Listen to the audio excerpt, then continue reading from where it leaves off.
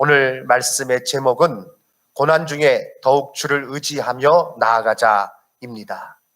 우리 큰 목소리로 마스크를 썼지만 말씀의 제목을 외쳐보도록 하겠습니다. 함께 읽겠습니다.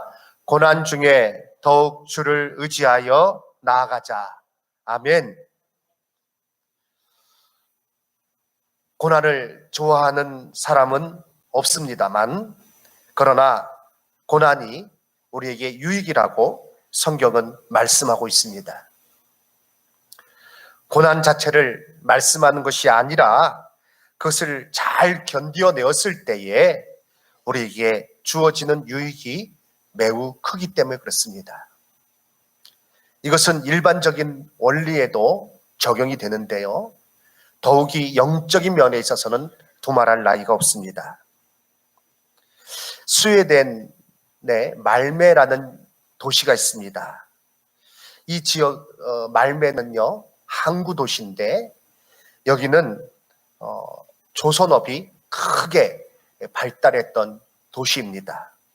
1960년대, 70년대, 80년대까지 아주 이 북유럽 조선업에 있어서 최강자였고 굉장히 부흥했던 조선업으로 크게 이 도시가 활발하게 그렇게 움직였습니다.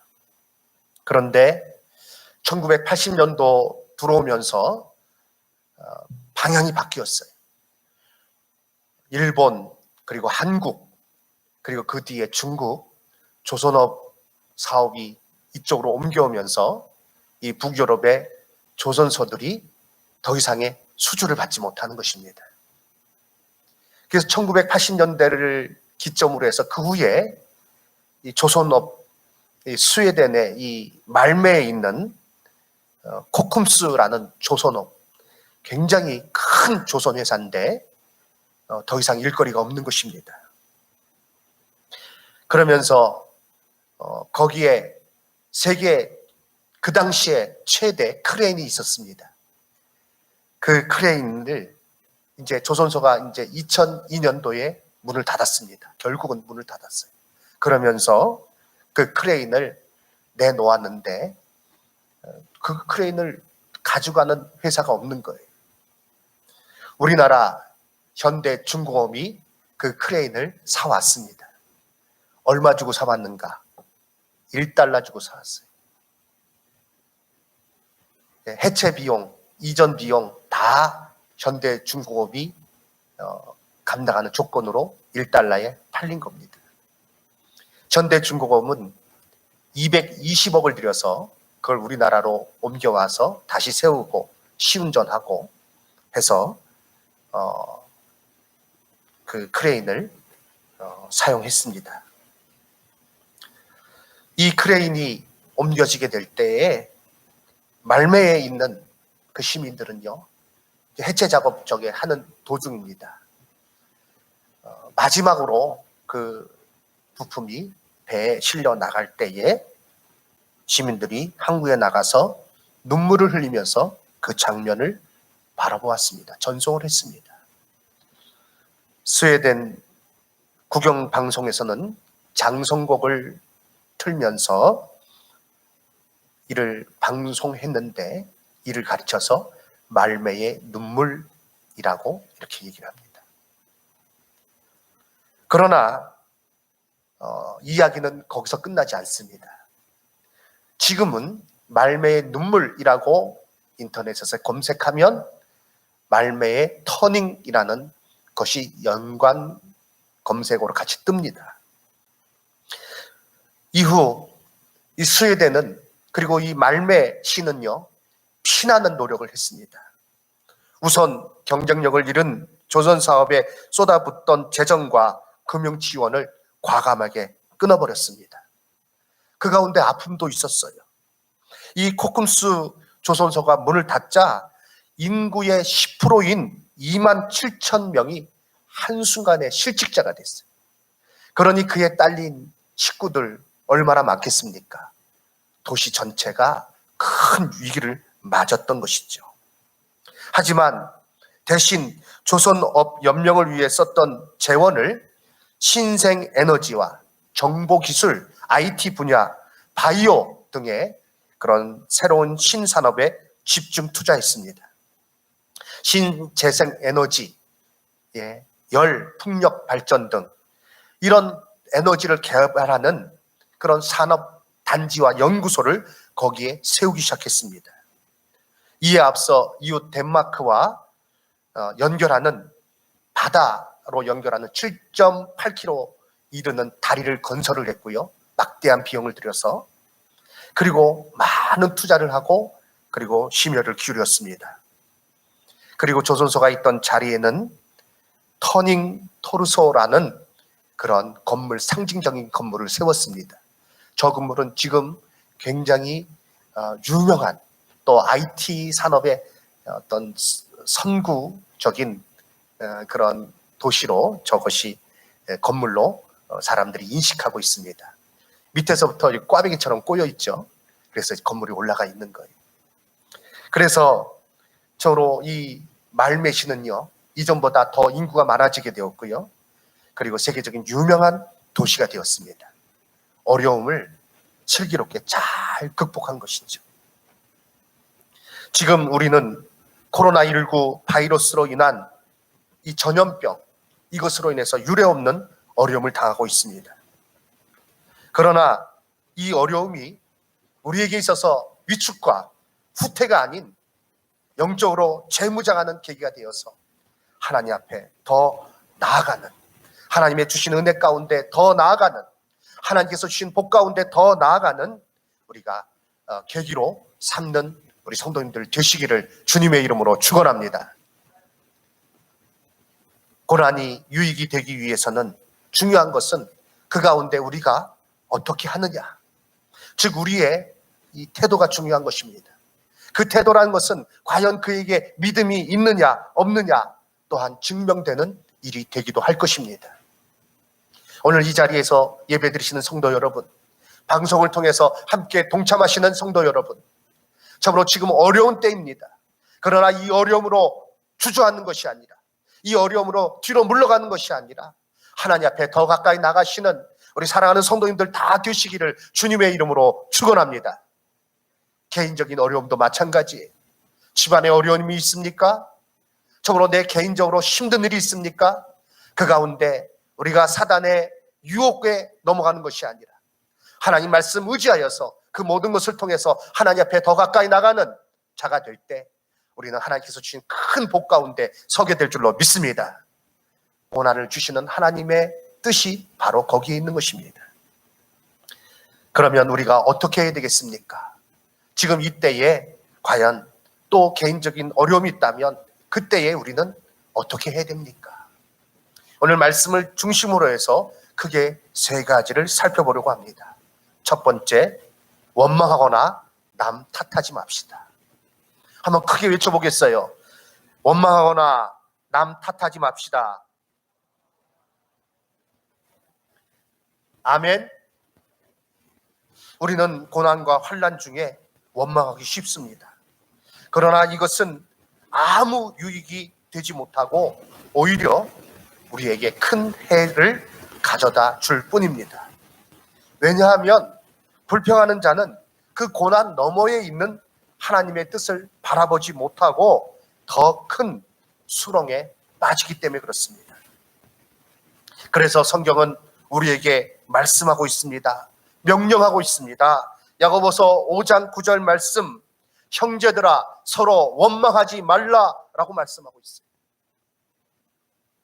애굽에서 나온 이스라엘 백성들, 그 나온 당대가 가나안 땅에 들어가지 못했어요. 여호수아와 갈렙 외에는 아무도 들어가지 못했습니다. 들어가지 못한 이유가 어디 있습니까? 그들은요, 홍해를 건넜어요. 어떻게 건넜습니까? 그들이 배 타고 건너갔습니까? 그들이 헤엄쳐서 건너갔습니까? 아니요. 하나님의 놀라운 이적 가운데, 이적을 베풀어 주시는 가운데 홍해를 마른 땅과 같이 건너갔어요.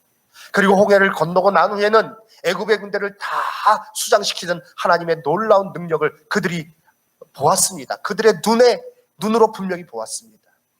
하지만 광야 길에 이제 본격적으로 접어들게 되자 그들에게 마실 물이 없고 또 그들이 여러 가지 그 먹을 양식이 빈약한 가운데 그들은요 그때마다 원망했어요. 그들의 앞에는 분명하게 저 낮에는 구름 기둥이 있었고요, 밤에는 불 기둥이 그들을 인도하고 하나님의 장막이 하나님의 인재의 상징입니다. 그들을 중앙에 있었지만 그러나 그들은요 조금 환경이 나빠지니까 원망하기를 시작했어요. 그 원망은 무엇입니까? 곧 하나님에 대한 원망이었어요. 그래서 원망이 불신앙인 것입니다. 그래서 결국 그들은 시험에 들어 가나안 땅에 아무도 들어가지를 못한 것입니다. 그렇습니다. 사단은요 이를 알기에 고난 중에 있는 우리에게 원망의 마음, 불평의 마음, 불신앙의 마음을 가지도록 유혹합니다. 목사라고 왜 그런 마음이 안 들겠습니까? 도대체 그 사람 도대체 누구야? 왜 정부에서 왜 이렇게 하는 거야? 여러 가지 생각이 많이 듭니다. 요즘은요 참 모든 것이 정말 힘들고 어려울 때 우리에게 있어서 이런 어떤 어려움들이 있을 때 사단은요 그것이 자기에게 찬스가 되는 것을 알고 우리에게 그러한 원망의 마음을 가져서 하나님의 뜻을 발견하지 못하도록, 그 가운데 고난 가운데 하나님의 뜻을 깨닫지 못하도록 해버리는, 그렇게 유혹을 하는 것입니다. 그러나 우리는 어려움이 닥쳐왔을 때 원망이나 불평이 아닌 하나님을 의지하여 믿음으로 하나님의 뜻을 바라보고 기도해야 될 줄로 믿습니다. 시편 37편 8절 말씀에 분을 그치고 노를 버리며 불평하지 말라, 오히려 악을 만들 뿐이라 라고 말씀하셨습니다. 야고보서 5장 13절 말씀, 너희 중에 고난 당하는 자가 있느냐, 그는 기도할 것이요 라고 말씀하셨습니다. 우리는 이와 같이 하나님 앞에 기도하는 가운데 원망을 그치고 불평을 그치고 그 가운데 하나님의 뜻을, 저로 원망과 불평 가운데 하나님의 뜻을 바라볼 수가 없어요. 거기에 그냥 묻혀버리는 거예요. 우리는 거기에 무너져 버리는 것입니다. 그러나 우리가 그 가운데 하나님 앞에 기도하게 될 때 우리는 하나님 주시는 놀라운 은혜를 체험하게 될 줄로 믿습니다. 이 어려움을 통해서, 이 고난을 통해서 사단의 주는 유혹에 넘어가는 것이 아니라 하나님의 뜻 가운데, 하나님 주신 복 가운데 나갈 수 있는 저와 모든 성도님들 다 되시기를 주님의 이름으로 축원합니다. 두 번째, 우리는 고난 중에 하나님의 뜻을 발견해야 됩니다. 고난 중에 하나님의 뜻을 발견하시기 바랍니다. 본문은 고난이 우리를 유익하게 하시는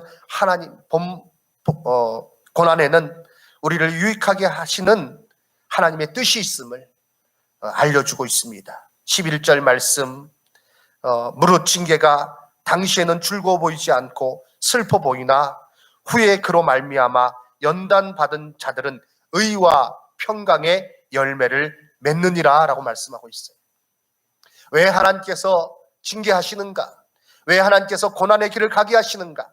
하나님께서 왜 나에게 원치 아니하는 그 일들을 허락하시는가? 내게 좀 이런 일이 없었으면 좋겠는데 왜 하나님께서 때로 그 길을 가게 하십니까? 거기에는요 하나님의 뜻이 있어요. 우리는 지금의 어려움 가운데 하나님의 뜻을 발견하는 자가 되어야 될 줄로 믿습니다. 고난이 힘들고 어렵지만 그것을 내게 왜 주시는가에 대한 답을 알게 되면 힘을 얻어 능히 이길 수가 있는 것입니다. 저희 아내가 종종 그 얘기를 다른 사람에게 합니다. 어떤 얘기인가? 벌써 참 4년이란 시간이 지난 것 같은데요, 유방암 수술을 받았을 때, 받기 전에 저희 아내가 그렇게 마음이, 저도 그렇고 힘들었습니다.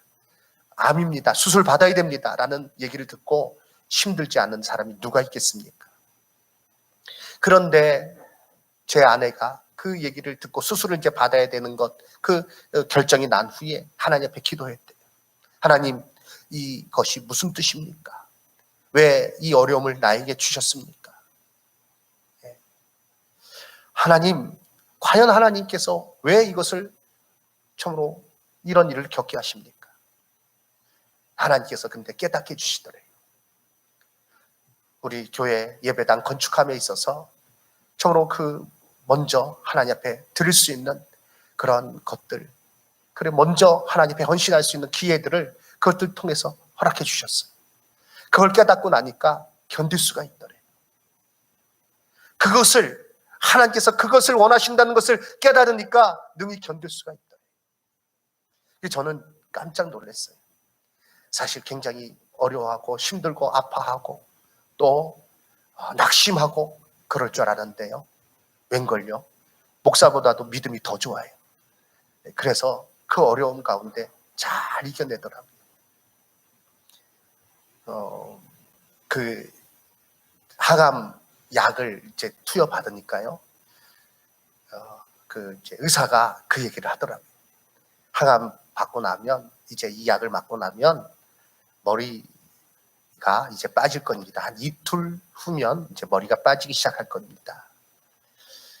그런데 아유 머리가 뭐 어떻게 빠진다는 거야. 맞고 집에 와서 하루 지났는데 아무 이상이 없는 거예요. 머리가 뭐 빠진다고 하더니 괜찮은가 보다. 이틀 되니까요. 머리가 한 움큼씩 빠져요. 그 가운데 이제 그렇게 빠지니까 이제 더 이상 머리를 유지할 수가 없죠. 미용실 가서 저 머리 깎는데요. 제가 사실은 내심 지금 처음 말하는 겁니다. 걱정을 많이 했어요. 그 가운데 대성통곡하면 어떡하나. 막 그냥 엉엉 울면 또 그 어떻게 위로하고 달래주나. 그런데요. 미용실 가가지고요. 오히려 제가 마음이 아프지 저희 아내는 덤덤하더라고요. 그렇게 할 수 있는 이유, 그 모든 힘든 과정 가운데 그러나 낙심되지 아니하고 이렇게 원망하지 아니하고 지낼 수 있었던 이유는 틀림없습니다. 저도 그렇습니다. 하나님께서 이 일을 통해서 원하시는 일이 있구나. 하나님께서 이 고난을 허락하신 데는 그 뜻이 있구나. 그것을 알게 되니까 능히 견딜 수 있는 거예요. 누구나 다 그렇습니다. 사랑하는 성도 여러분, 지금 우리 가운데 있는 어려움, 또 개인적으로도 힘든 일을 겪고 계신 분이 있는 줄 압니다. 그 가운데 하나님의 뜻을 기도함으로 발견할 수 있는, 그 뜻을 붙드시는 우리 성도님들 되시기를 주님의 이름으로 축원합니다. 그 뜻을 발견하면 죽음이 다가와도 두렵지 않은 거예요. 어떻게 그 많은 순교자들이 그 담대하게 그 길을 갈 수가 있었겠습니까? 어떻게 많은 그런 목사님들 또 성도님들이 그 무서운 위협 앞에서도 조금도 흔들리지 아니하고 믿음으로 그 길을 갈 수가 있었겠어요? 그 가운데 하나님께서 무엇을 원하시는지, 하나님의 뜻이 무엇인지 발견하였습니까? 그 뜻을 알게 되니까 능히 가게 된 줄로 믿습니다. 저는 지금의 모습을 보면서 시편 84편이 생각이 났습니다. 시편 84편 1절과 2절 말씀, 우리 함께 말씀을 읽도록 하겠습니다. 만군의 여호와여, 주의 장막이 어찌 그리 사랑스러운지요. 내 영혼이 여호와의 궁정을 사모하여 쇠약하며 내 마음과 육체가 살아계시는 하나님께 부르짖나이다. 아멘. 이 시편의 고백이요, 제게 특별한 의미로 다가올 때는 군대였습니다. 군대 85년 12월 달에 군대 입대하니까요. 훈련소 먼저 가잖아요. 저는 공군 제대를 했습니다. 그 당시에 공군 교육사령부가 대전에 있었어요. 대전에 가서 이제 훈련을 받는데, 훈련 받으면서 교회 이제 주일이니까요. 안내 방송이 나오더라고요. 종교 행사 참석할 사람 다 나오라고. 그래서 기독교, 불교, 천주교 딱 나눠서요 가는데요. 군대에 있으면서는 예배 드리는 일에 있어서 전혀 지장이 없었어요. 주일이면 딱 시간 돼서 가고 수요 예배까지 참여했어요. 그렇게 좀 군대 훈련소 지내고 또 따로 특기 교육 받는 것이 있습니다. 특기 교육도 거기서 다 받고 그리고 자대 배치 받았어요. 자대 배치 받으니까 한 2월 말 정도 됐습니다. 지금 딱 요때 자대 배치 받아서요.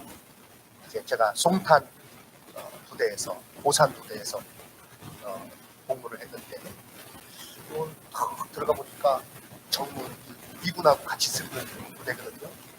미군 부대 안에 한국군 부대가 있는 거. 정문이 너무 멋있고 정문 있는 데가 제일 번화가예요. 송탄.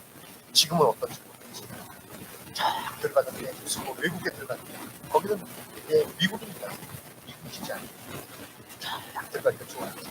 그런데 가다가 좌측으로 싹 꺾으니까 완전히 달라져요. 한국 부대가 있는데 거기는 뭐 무슨 6.25 때 이 시설을 아직도 쓰고 있는가 싶을 정도로 그런 곳으로 쑥 들어가서 이제 그때만 해도 이렇게 맞고 이런 것들은 흔히 있는 일이었어요. 더 괴로워요. 밖에는 참 미군들이 자유롭게 생활하는데 우리는 그 안에서 뭐 이렇게 매도 맞아야 되고 얼차려도 받아야 되고 그러니까 너무 힘들더라고요. 그런데 정말 힘든 것이 무엇이었는가 하면 주일이 되었습니다. 들어가면서 교회가 있는 걸 봤어요. 그런데요, 내부 안에 들어가니까 이제 다 군대 생활 하신 분들은 경험하셔서 아실 줄 압니다. 항상 제 윗고참을 따라다녀야 됩니다. 그리고 화장실 하나 가는 것도 고참의 허락을 받아야 갈 수 있습니다. 내부관 그때 딱 정자사하고 앉아있어가지고 화장실 가면 딱 손 들고 저 화장실 가고 싶습니다. 그래야 화장실 갈 수 있고 화장실까지 따라와요. 그런 가운데 주일 되었어요. 주일 되니까 바로 그 부대 정문 앞에 있는 교회들이 있는데 거기서 차인벨을 울리는데 그 차인벨 소리, 찬성가 소리가 제 귀에 들려오는 거예요. 다행히 당연히 저는 손을 들고 저 교회 가고 싶습니다. 교회 가야 됩니다. 교회 갈 수 있게 해주십시오. 그랬더니 제 위에 고참이 막 기웃듯이 웃더라고요. 그러더니 내후반장한테 얘기를 하는 거예요. 내후반장이 와가지고 저한테 얘기를 합니다. 아주 심각하게 얘기를 합니다. 우리 중대에서는 상병 달기 전까지 일병 고참 되면 뭐 가능하겠지만 그 전까지는 교회 못 간다. 교회 가는 것 허락하지 않는다. 그러니까 갈 생각도 하지 말아라. 저에 대해서 다 알고 있어요. 총신대학 2학년 다니다가 온 거 다 알고 있어요. 그래도 우리 중대에 규율이 있으니까 못 간다는 거예요. 꼼짝할 수 없는 상황 가운데 제가 예배를 4주간을 드리지 못했어요. 그런데요, 그때마다 주일마다 차인벨 소리가 들려오고 저는요 혼자 앉아서 정자세로 앉아서 예배 드리는 거예요. 소리를 낼 수도 없고 어떻게 눈도 돌릴 수 없지만 저 혼자 앉아서 예배를 드리는 것입니다. 그때 제일 많이 생각났던 구절이 시편 84편. 그리고 제 뇌리 속에 계속 불렀던 찬양이 이 시편 84편 가사로 지은 찬양이에요. 제가 악보를 좀 부탁을 드렸습니다. 한번 반주를 해주시기 바랍니다.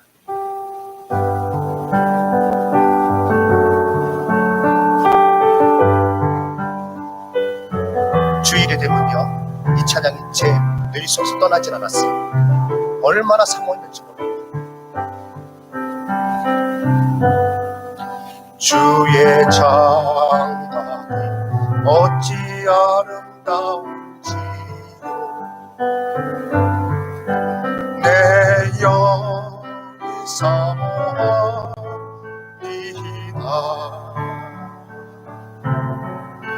내 맘 다하여 주님께 기도합니다.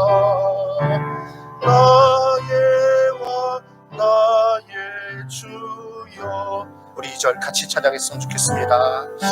주의 어찌 아름다운지요. 내 영이 사모하니이다. 내 맘 다하여, 내 맘 다하여 주님께 찬송합니다. 나의 왕 나의 주께. 주의 성전이 어찌 은혜스런지요. 내 영이 사모하니이다.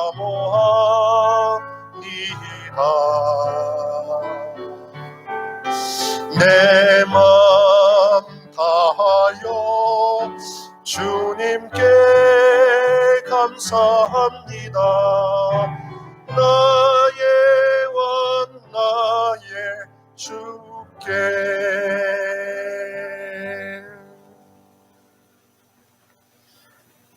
이렇게 찬양하는 가운데 지금의 이 현실과 말씀 준비하면서 너무 유사하다 그런 생각이 들었어요.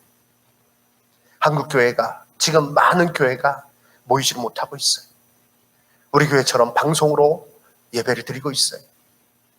또 그것을 하지 못하는 교회는 가정별로 예배를 드리라고 이렇게 광고를 하고 모이고 있어요.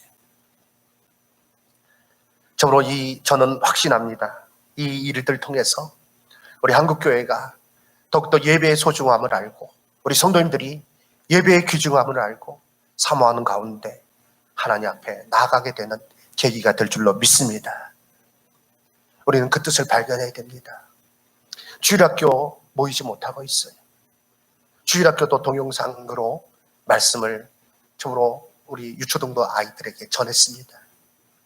저로 이 모든 일 우리 성도님들 기도해 주시기 바랍니다. 하나님, 이것이 한국교회가 뒤로 물러가고 위축되고 또 정체에 빠지고 하는 것이 아니라 다시 한번 불로 연단한 금이 더욱더 정금으로 나오는 것 같이 이와 같은 우리 개인적으로도 우리 교회도 우리 한국교회도 이와 같은 귀한 은혜가 있게 하옵소서. 기도하며 나갈 때 저를 하나님께서 그 은혜를 주시고 한국교회는 더욱더 앞으로 나아가는 일이 되게 될 줄로 믿습니다. 우리는 개인적으로 예배의 소중함을 알아야 됩니다. 오늘 장로님께서 기도하셨던 것처럼 저도 늘 요즘 엎드리면 그 기도가 나와요. 금요일 저녁 7시에 또 어제도 7시에 이렇게 자율 기도회로 모였습니다. 엎드리면 그 기도가 나와요. 하나님, 내가 예배 드리는 줄 알았는데